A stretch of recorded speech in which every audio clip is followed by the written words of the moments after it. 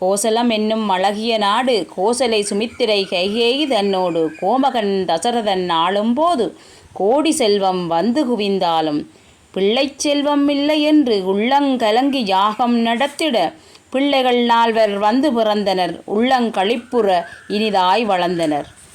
ராமன், பரதன், இலக்குவன், சத்ருக்கனன் ராஜநீதிகள் வித்தைகள் கற்றுமே ராஜபவனத்தில் வாழும் வேளையில் ராஜரிஷியாம் விஸ்வாமித்திரன் வேதனை தீர்க்க தம்பி தன்னுடன் வேந்தன் மைந்தன் வனமது சென்றான். வேகரம் கொண்ட அசுரரை அழித்தே வேத முனிவர் துயரம் தீர்த்தான்.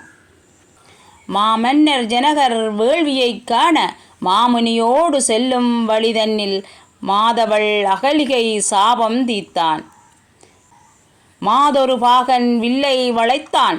சீதை, மாண்டவி, ஊர்மிளை, சுருதகீர்த்தி, கோதையர் 4 தசரத குமாரர் பாதை காட்டியோர் நெறியின் வழியே தாதையர் வாழ்த்திட கைத்தலம் பற்றினர். திருமணம் முடித்து அயோத்தி நோக்கி திரும்பும் வழியை மறைத்த பரசுராமன் திகைக்கும் வண்ணம் உண்மை உணர்த்தி திசைகள் வாழ்த்த வாழும் வேளையில் மன்னவன் தசரதன் ராமன் தனக்கு மகுடம் சூட்டிட முனையும் நேரம் மங்கை கைகேயி வரத்தாலே மகனுக்கு மகுடம் உரிமை ஆக்கினாள்.